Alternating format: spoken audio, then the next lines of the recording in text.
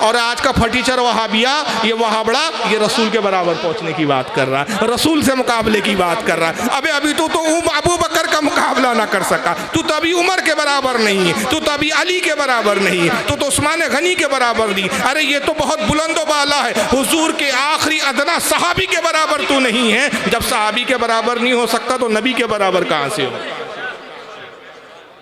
तो ये इनके अकीदे पता चला बातिल अकीदे हैं। अकीदा अहले सुन्नत का ही हक है जो कुरान और हदीस पर मबनी है, जो दलाइल के साथ मुज़य्यन है। आका ने कहा कि जितनी उमर की नेकियां अबू बकर की एक नेकी। यह तो मिशकात शरीफ तक कितनी ही रिवायत है, मगर आइए आगे रिवायत कहाँ पहुँचती है। इमाम अब्दुर्रहमान अस्सफूरी इसमें लिखते हैं कि यही बात हजरत उमर तक पहुंची। कहने वाले ने कहा उमर जानते हो आज रसूलुल्लाह ने क्या कहा? उन्होंने हजरत अबू बकर की फजीलत बताते हुए कहा कि उमर तुम्हारी तमाम नेकियां अबू बकर की एक नेकी के बराबर। हजरत उमर ने जब सुना कि अबू बकर का ये मकाम, ये फजीलत, ये अजमत, आप रोने लगे और वो एक तारीखी जुमला कहा। कुर्बान जाओ मैं जुमले पे, क्या जुमला था? कहा कि अबू बकर का मैं कहाँ मुकाबला कर सकता हूँ, काश मैं उमर ना होता, अबू बकर के सीने का एक बाल होता। तो ये अबू बकर सिद्दीक की फजीलत का आलम है। मगर जब आप सुने कि कोई ऐसा फ़िरका भी वजूद में आए जो कहे कि जो 2 साल और तकरीबन 2.5 साल के करीब जो खिलाफत का दौर रहा हज़रत अबू बकर सिद्दीक का, उस खिलाफत में ये अबू बकर सिद्दीक जो नबी के यार गार भी है और यार मज़ार भी, और ये हुजूर ने पेशगी फरमा दिया था। तिरमिज़ी शरीफ में एक हदीस आती है, साहब रसूल कहते हैं कि हुजूर एक मरतबा इस तरह मस्जिद नबवी में तशरीफ़ लाए कि एक तरफ एक हाथ में अबू बकर का हाथ पकड़ा हुआ था, दूसरे हाथ में उमर का हाथ पकड़ा, दरमियान में आका थे, एक तरफ उमर थे, एक तरफ अबू बकर थे। आप इस तरह मस्जिद में आते और कहते हैं साहब, ए साहबा की जमात, तुमने देखा मैं अबू बकर और उमर कैसे दाखिल हुए मस्जिद में? साहबा ने अर्ज़ किया या रसूलल्लाह हमने देखा कि आपने उमर और अबू बकर का हाथ पकड़ा है। फरमाया गवाह हो जाओ, जिस तरह हाथ पकड़ के हम इस मस्जिद में दाखिल हुए, इसी तरह एक साथ हम कब्र में भी होंगे और बरोज़े हश्र भी इसी तरह हाथ पकड़ के उठाए जाएंगे। इसी तरह हम आखिरत में आएंगे। जिसका मकाम ये कि जो रसूल के मज़ार में आराम कर रहा हो, जिसका दर्जा ये कि जो आखिरत में रसूल के साथ आए, जिनके दर्जे और मकाम की बुलंदी है कि आका के सबसे अजीम तरीन साहबी हो और उन पर कोई ये तोहमत लगाए कि साहब अबू बकर की ज़िंदगी के कोई कारनामे नहीं हुए, ये तो माज़अल्लाह नौज़ुबिल्लाह पक्के मुनाफिक थे। एक पूरा फ़िरका वजूद में आ जाए और कहे भाई इनकी कोई वैल्यू और हैसियत ही नहीं थी, हम तो अहले बैत के मानने वाले हैं, हमारे लिए अहले बैत काफ़ी है, फिर अहले बैत के मानने के बाद हम जिसकी चाहे तौहीन करें कोई प्रॉब्लम नहीं। तो इल्ज़ामात लगाते हुए यहाँ तक कह दिया बाज़अल्लाह कि हज़रत सैयदा फ़ातिमा का एक बाग था, हुजूर का इंतकाल हुआ, एक बाग था जिसका नाम फदक था, खैबर में वो बाग था, वो रसूल ने अपनी बेटी हज़रत सैयदा फ़ातिमा को दे दिया था रज़ियल्लाहु ताला। अबू बकर ने खलीफा बनने के बाद सबसे पहला काम ये किया कि उस बाग को गज़ब कर दिया, फातिमा से छीन लिया, नबी की बेटी से। खिलाफत अली का हक था, अली की खिलाफत के तख्त पर खुद काबिज हो गए। फिर कुरान लिखना शुरू किया, बाकायदा ये वाक़यात किताबों में लिखे गए। मैं फ़िरक़े का नाम बता देता हूँ, इसमें मुझे कोई डरने की कोई बात नहीं है और कुछ हिचकने की बात नहीं कि मैं तमाम किताबें अपने पास रखता हूँ। आप तारीख़ नासिख़ तवारीख़ पढ़ लीजिए, यहाँ तक कि आप उसूल काफ़ी याकूब कुलैनी की पढ़ लीजिए। ये कौन है? ये शिया फ़िरक़े के आलिम, ये छोटे मोटे आलिम नहीं है, ये कई सौ साल पुराने के मुस्तनद, इनकी जमात के मुस्तनद और मोतबर आलिम समझे और माने जाते हैं। आप याकूब कुलैनी की उसूल काफ़ी पढ़ लीजिए, आप इब्न अब्द रब्बी की जो है किताब है, क्या नाम है उसका, देखिए नाम याद नहीं आ रहा है, बहरहाल मैं नाम बताता हूँ, दूर से पढ़े आप अल्लाहुम्मा सल्ली अला सय्यदना मौलाना मुहम्मदिन अदद मा फ़ी इल्मिल्लाहि। अल-इक़्दुल फ़रीद पढ़ लीजिए आप। अहमद बिन अबी याकूब की किताब तारीख़ुल याकूबी जिल्द नंबर 2 सफ़ा 116 उठा के देख लीजिए, मुल्ला बाकर मजलिसी जमात के गुजरे हैं, इनकी किताब आप जो है हक़्क़ुल यकीन पढ़ लीजिए। यहाँ से वहाँ तक तमाम शिया हजरात का अक़ीदा इन खुलफा के बारे में नऊज़ुबिल्लाह तौहीन करते हुए कहते हैं कि हज़रत अबू बकर ने जब कुरान लिखवाना शुरू किया अपने दौरे खिलाफत में, अहले बैत से इतना बुग़्ज़ था, इतना हसद था कि जहाँ जहाँ अली का जिक्र था अली का नाम निकाल दिया, आयतें बदल दी, कुरान तब्दील कर दिया। एक सूरत थी पूरी जिसका नाम था सूरह विलायत, जो अहले बैत और अली की फजीलत में थी, वो पूरी सूरत कुरान से निकाल दी। वो आयतें जहाँ जहाँ अहले बैत का और हज़रत अली का नाम के साथ जिक्र था, उन आयतों में या तो वो आयतों को निकाला या आयतों में अल्फाजों को तब्दील कर दिया। कहते हैं कि जैसे ये आयत ये थी, एहदिना सिरातल अली, अल्लाह में अली के रास्ते पे चला, अबू बकर ने अली हटा के कर दिया मुस्तकीम, एहदिना सिरातल मुस्तकीम, हमें सीधे रास्ते पर चला। कुरान में तो यूँ था, व इन कुंतुम फी रैबिम मिम्मा नज़्ज़लना अला अब्दिना फातू बिमिस्लि अली, हमने अपने महबूब पर जो कुरान नाजिल किया उसमें शक और अली के जैसा जो बेमिसाल पैदा किया, अगर इसके मिस्ल कोई हो तो ले आओ। अली हटा दिया वहाँ पे, और अली हटा के दूसरे अल्फाज को यूँ कर दिया, व इन कुंतुम फी रैबिम मिम्मा नज़्ज़लना अला अब्दिना फातू बेसूरतिम, बेसूरतिम कर दिया, बस सूरत लफ्ज़ ला दिया, जबकि वहाँ अली की बात थी। फसलू अली ला कुंतुम तालबून, अली से पूछो अगर तुम्हें इल्म ना हो। तो अबू बकर ने अल्फाज हटा दिए, कहा अली का नाम हटा और कर दिया कि फसलू अहल ज़िक्र इन कुंतुम ला तालबून, अहले ज़िक्र से पूछो, इल्म वालों से पूछो अगर तुम्हें। इस तरह माज़अल्लाह आयतें तक इन्होंने कोट कोट करके बताई कि साहब कुरान अबू बकर ने बदल दिया। अब सवाल पैदा होता है कि हज़रत अली क्या कर रहे थे फिर उस वक्त? अली तो शुजा थे, बहादुर थे, निडर थे, डरने वाली शख्सियत तो नहीं थे, तो उस वक्त अली क्या कर रहे थे? तो कहते हैं कि साहब अली ने फिर ओरिजिनल कुरान लिखा, और वो कुरान लिखकर अबू बकर के पास आए, कहा देखो ये जो कुरान तुम बदल रहे हो, मैं ओरिजिनल कुरान लाया हूँ, वो तरतीब से मैंने कुरान लिखा है जैसा रसूलुल्लाह ने हमें बताया, जैसा हुजूर पर नाजिल हुआ था वो कुरान में ले आया हूँ। अय अबू बकर ये जुर्रत ना करो कि कुरान में तुम अल्लाह की किताब में तहरीफ कर रहे हो, इल्हाक कर रहे हो, बढ़ा रहे हो, घटा रहे हो, तहरीफ कर रहे हो, ये सब मत करो, ये असल कुरान है, ये मुसलमानों में आम करो। अबू बकर ने कहा अपना कुरान अपने साथ ले जाओ, हमें इस कुरान की ज़रूरत नहीं, हम तो उसी कुरान को मुसलमानों में आम करेंगे जो हमने लिखा है। माज़अल्लाह अस्तग़फ़िरुल्लाह। मौला अली को चला लाया, उस कुरान को लेकर आप जाते हुए ये कहते हुए निकले उस मजलिस से, कहा देख लो आखिरी बार इस कुरान, आखिरी बार ये कुरान तुम्हें दिखा रहा हूं, अब कयामत तक उम्मत इस कुरान को ना देख सकेंगी, और ये सारा वबाल उम्मत जो असल कुरान से महरूम होंगी, अबू बकर तुम्हारे ऊपर है, उमर तुम्हारे ऊपर है कि तुमने कुरान को बदला।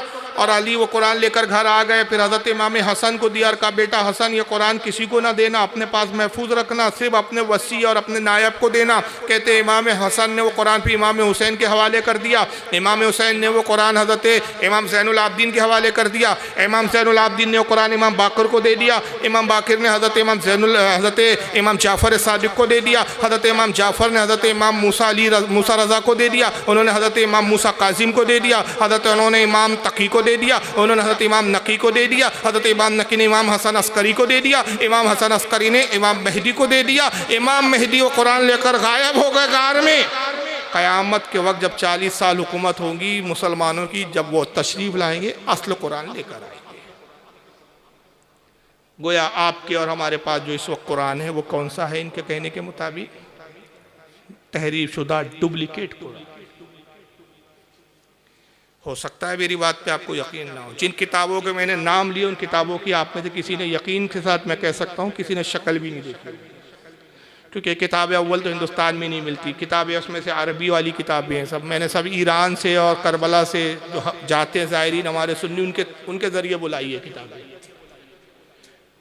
मगर आजकल मीडिया के ज़रिए एक आसानी ऐसी हो गई कि जिसकी बुनियाद पर हमें अपनी बातों को साबित करने में बहुत आसानी होगी कि भाई ठीक है किताबों तक आपकी रसाई नहीं, बोलते हुए मौलवी तो देख सकते हो, उनके अपने चैनलों पे वीडियो है। चुनांचे एक मौलवी साहब इसी वक्त के पाकिस्तान के शिया कम्युनिटी के बहुत बड़े आलिम माने जाते हैं। पाकिस्तान में एक उनकी एकेडमी है जिसका नाम है ज़ोहरा एकेडमी, उसके जनरल सेक्रेटरी है और उनका नाम है मौलवी शब्बीर हसन मीसमी। शब्बीर हसन मीसमी नाम है उनका, शिया उलमा काउंसिल के जनरल सेक्रेटरी है उन्होंने अभी हाल ही में एक तकरीर की और उसमें ऐलान किया कि वो कुरान जो अहले बैत ने लिखा था, जिसको अबू बकर ने लागू नहीं किया था, वो कुरान हमें मिल गया। अब उन्हीं की ज़बानी सुन लीजिए, फिर बाकी बात मैं अपने तफसीरे के तौर पर बाद में अर्ज़ करता हूँ। क्या कहते हैं ज़रा वो सुन लीजिए पहले आप। सुनिए।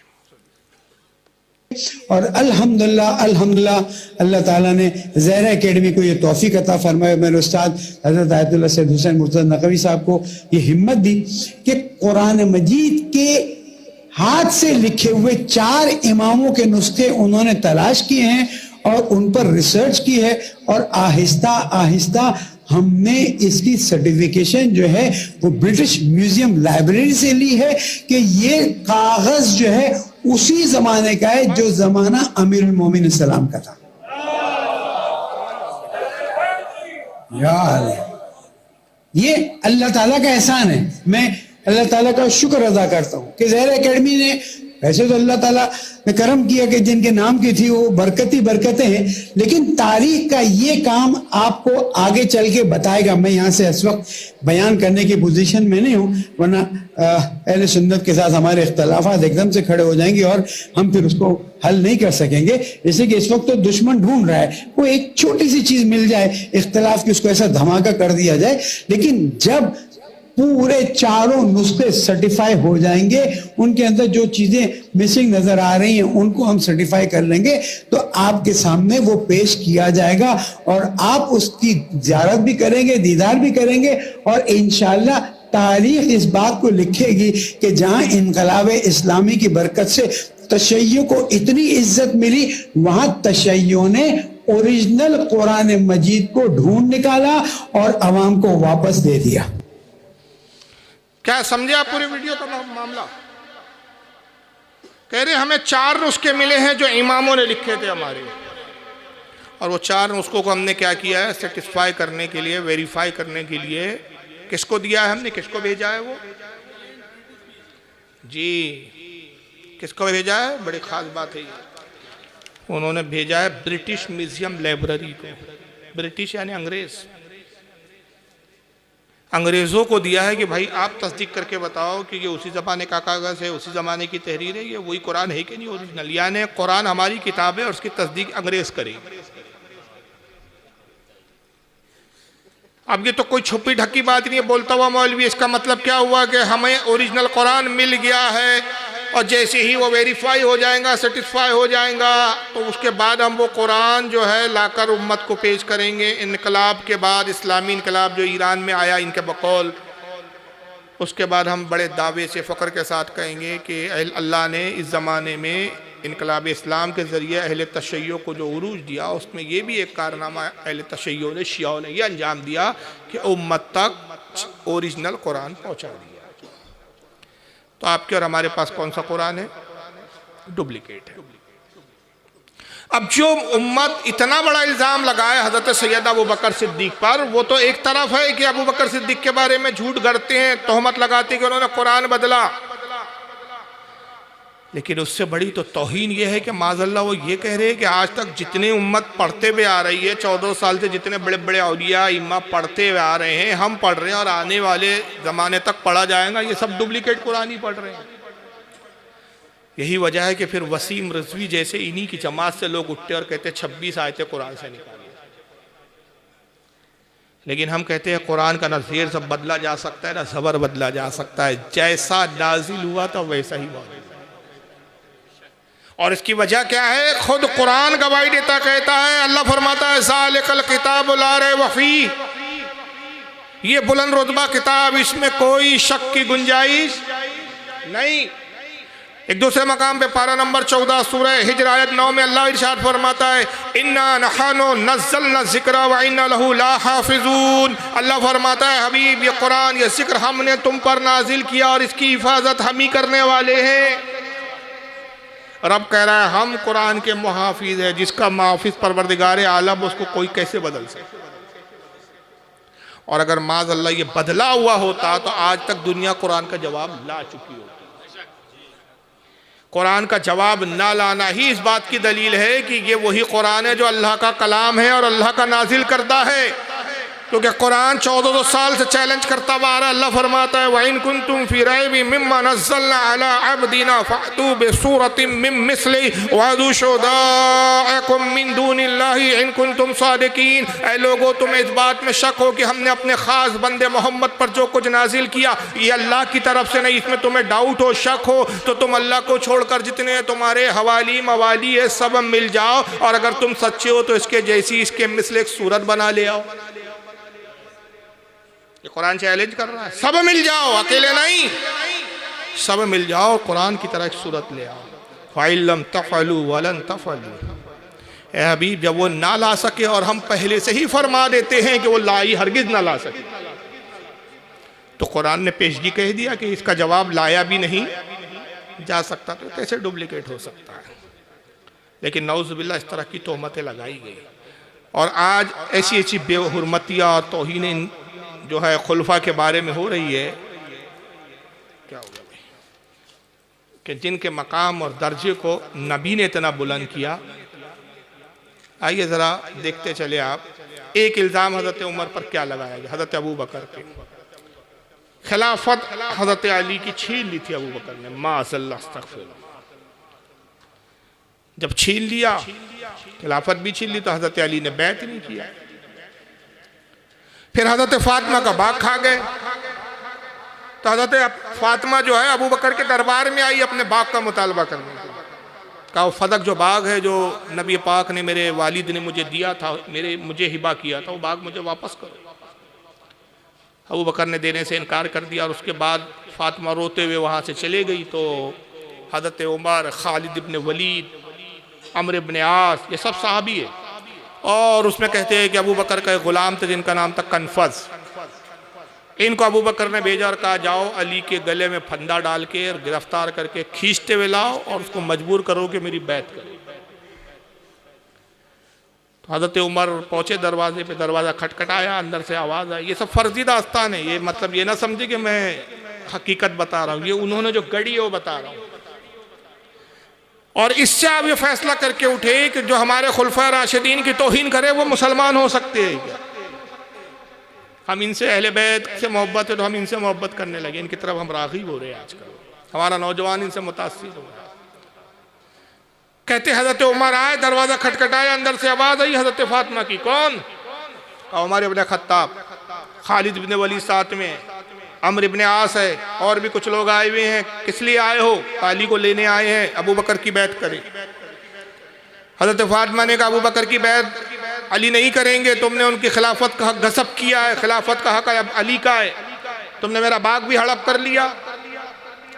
हज़रत उमर ने कहा दरवाज़ा खोलो वरना दरवाज़ा तोड़ दिया जाएगा। माशाअल्लाह।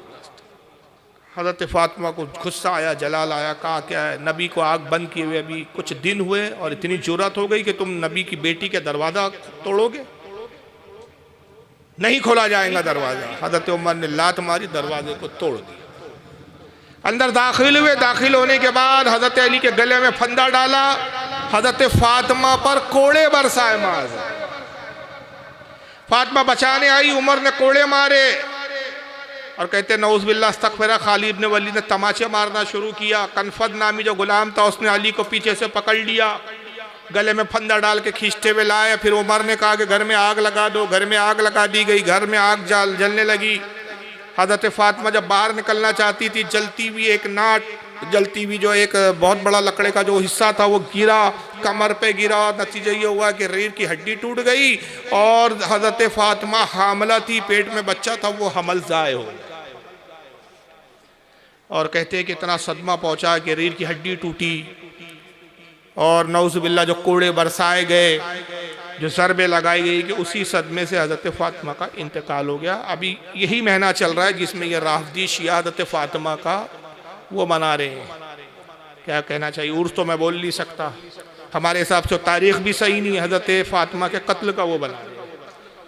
हर जगह शियाओं की मजलिस गरा में और वहाँ हज़रत उमर पे लान तान किया जाता है, लानतें बरसाई जाती हैं। और फिर अकीदा ये बयान करते हैं इनकी मौलवी किताबों में और तकरीरों में कि साहब अली तो बेचारे मजबूर थे, सारे सहाबा मुर्तद हो गए थे, फिर गए थे, 6 सहाबा थे जो ईमान पर रहे, बाकी सब इस्लाम से फिर गए।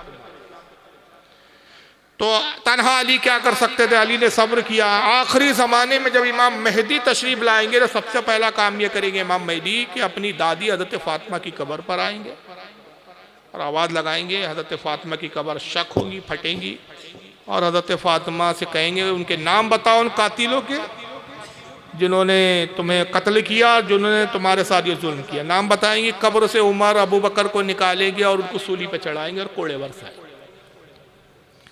इनके एक मौलवी शौकत अली शौकत नाम है, ज़रा उसकी वीडियो सुन लीजिए। नवाब भाई, अच्छा, सब रोते हैं पूरे के पूरे, पूरी रोती भी कौम है, रोने के सिवा कोई काम ही नहीं है इनके पास। सुनिए।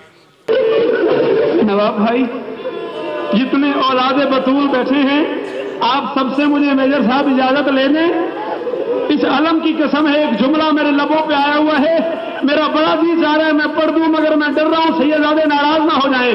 और शियो, कभी ऐसा भी हुआ है कि तुम में से किसी ने किसी बच्चे को ना मारो? कभी गौर से देखना, किसी बच्चे को कोई थप्पड़ मार दे, किसी बच्चे को कोई चोट लग जाए, जब तक उसे दर्द रहता है ना, तब तक उसका हाथ उस जगह पे रहता है। अल्लाह जाने मुसलमानों ने कैसी जर्ब मारी है बतूल को। 1400 साल हो गए, हुसैन की मां का हाथ पहलू से नहीं उठता, कम से कम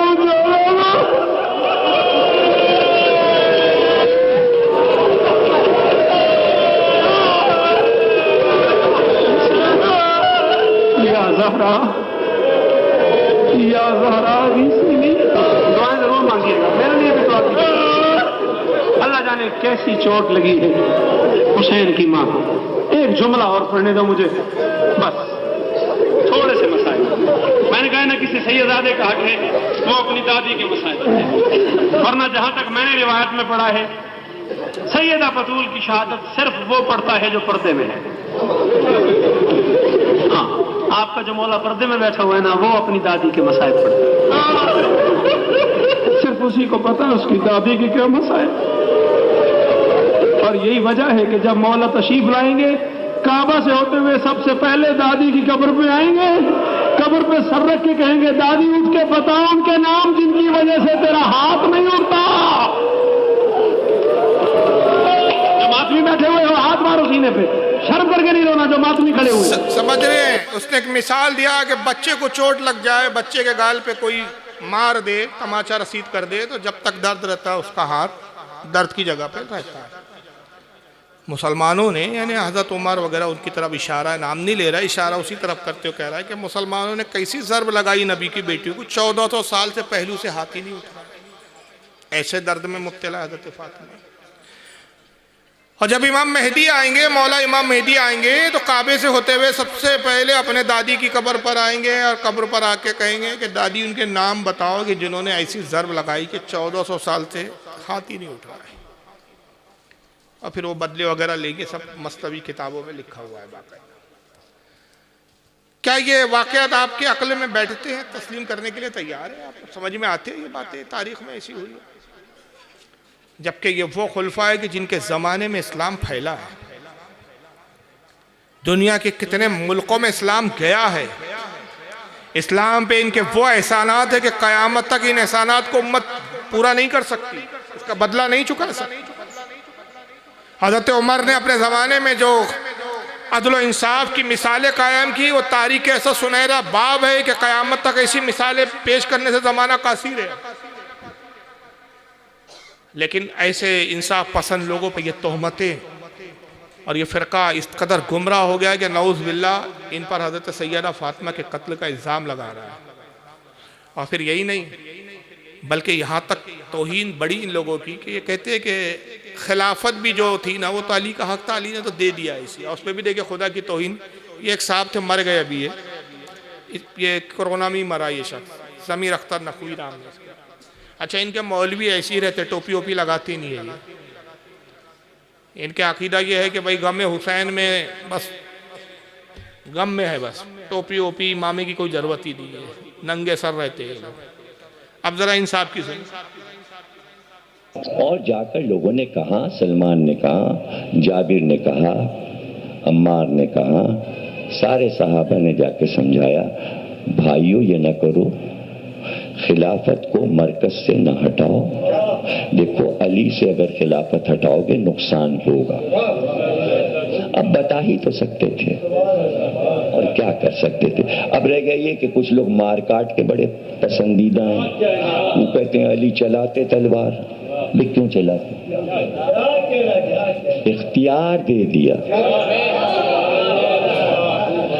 अब तुम चला लो, अब तुम चला लो और जितनी हसरतें हो सके निकालो। हम बीच में नहीं बोलेंगे। सारा इस्लामी निजाम चल रहा है, अल्लाह देख रहा है। ये सऊदी अरब है, ये अमारात है, ओहो दुबई तो बड़ा जगमगा रहा है। क्या कमी है भाई? अल्लाह ने कहा जिब्रील जरा देखना, पर्दा हटाओ सामने से। समझ रहे जुमले कैसे जहलाना जुमले है। अली ने खिलाफत दे दी, कहा जाओ दे दिया, अब चला लो अपनी मर्जी से जैसा चलाना है। अब सारा इस्लामी निज़ाम चल रहा है, खलीफा चला रहे हैं, अल्लाह बैठे हुए देख रहा है चुपचाप, कुछ कर नहीं रहा है। ये सऊदी अरब है, अल्लाह देख रहा है, हाँ चल रहा है इस्लामी निज़ाम चल रहा है। ये अरब अमारात है, चल रहा है इस्लाम। दुबई ये तो बड़ा जगमगा रहा है। भाई जिब्रील जरा पर्दा हटाओ, ये माज़अल्लाह अल्लाह कह रहा है। भाई जिब्रील जरा पर्दा हटाओ, ये क्या है? तो जिब्रील कहते हैं परवरदिगार। अब सुनिए कैसे, क्या जिब्रील कहते हैं, उसकी बकवास सुनो बेवकूफ की। भाई अल्लाह ने कहा जिब्रील जरा देखना, पर्दा हटाओ सामने से। भाई अल्लाह ने कहा जिब्रील जरा देखना, पर्दा हटाओ सामने से।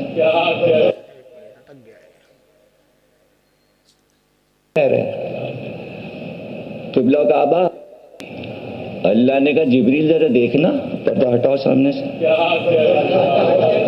जिब्रील ये कौन सा शहर है?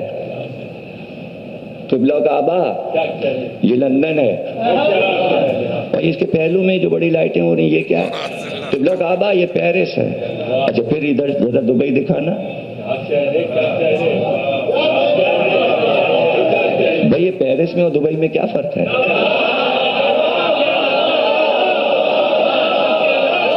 इस्लामी निजाम चल रहा है, अल्लाह देख रहा है और बहुत खुश है। वो खुश है, हाँ इसलिए कह रहे हैं खुश है, चुप है। उसके चुप होने पे समझें खुश है, उसके चुप होने पे समझें कि खुश है। लेकिन खामोशी इस बात की दलील नहीं है कि खुश है। खुशी और गमी का पता चेहरे से चलता है। बेटा पहचान लेता है घर आके अब्बा को देख के कि अब्बा इस पर नाराज हैं या खुश हैं, तो फिर तरकीबें करता है, चेहरे से पता चल जाता है। नाराज है तो अम्मा के पीछे जाता, अम्मा तो देर हो गई, अम्मा जरा देर हो गई। और अगर खुश है तो माहौल अच्छा है, मेहमान आए हुए, बैठ गए, चाय वाय पीने लगे, बिस्कुट भी खिसका लिया, ये भी दाल मोट भी, अब्बा देख रहे हैं, कुछ कर नहीं सकते। मेहमान बैठे हुए और अम्मा के पहलू में बैठे हैं, तो भाई सब कुछ तो चेहरे, ना अब्बा बोल रहे हैं ना अम्मा बोल रही, चेहरे से वो सब पढ़ रहे हैं। बेटे साहब तो अल्लाह के बंदे हैं, कम से कम सोचे तो कि वो मालिक है, तो कोई चीज तो उसने ऐसी बनाई होगी कि अगर तुम्हें यह तलाश करना हो कि मैं खुश हूं या गुस्से में हूं, तो मैंने अपना चेहरा बनाया है। चेहरे को देखोगे तो पता चलेगा, इसलिए अली को छोड़ा गया। देखते रहना, अगर नाराज है तो मैं नाराज, अगर ये खुश तो मैं खुश। इतना लंबा खींच खाच के जो लाया उसने ये कि खिलाफत का हक खा गए ये लोग, और अल्लाह ने अली को अपना चेहरा बनाया कि अली खुश है तो मैं खुश, अली नाराज है तो मैं नाराज। तो गोया कि अल्लाह ताला ये दोनों खुलफा से नाराज है, क्योंकि ये गाजी बे खिलाफत के, कातिल हज़रत फातिमा के, माज़अल्लाह नऊज़ुबिल्लाह अस्तग़फिरुल्लाह। और उतनी सी बात को बोलने के लिए उसने जो मिसालें देकर अल्लाह की तौहीन की। भाई जिब्रील जरा पर्दा हटाना, ये क्या है? किबला काबा, ये लंदन है, ये बाजू में क्या है? पेरिस से, अल्लाह कोई नहीं मालूम, अल्लाह पूछ रहा है। तो इस तरह की बकवासात, इस तरह के बेहुदा अक़ीदे, और हद तो ये है कि यूके के चैनल है हमारे सुन्नी जमात का, उस पर 2-4 साल पहले की बात है, हज़रत मौला अली की पैदाइश पर एक प्रोग्राम चल रहा था। सब सुन्नी हमारे अहले सुन्नत के आलिम बैठे हुए, हालांकि हज़रत अली की पैदाइश पर जिक्र हो रहा है, हज़रत अली की विलादत का जश्न मनाया जा रहा है। एक राफदी खबीस फ़ोन करता है और देखिए फ़ोन करते हुए इसने क्या गुस्ताखी की है, ज़रा सुनिए। हमारे साथ मोहम्मद उमर साहब लंदन से हैं। अस्सलाम वालेकुम वरहमतुल्लाहि वबरकातुहू। वालेकुम सलाम। तमाम उलमाए किराम की खिदमत में मेरा सलाम। जी, बहुत ही निहायत खूबसूरत आप प्रोग्राम कर रहे हैं। बस मेरा एक हल्का सा सवाल है। सारी तारीफें मोहम्मद वाले मोहम्मद अलैहिस्सलाम के लिए हैं।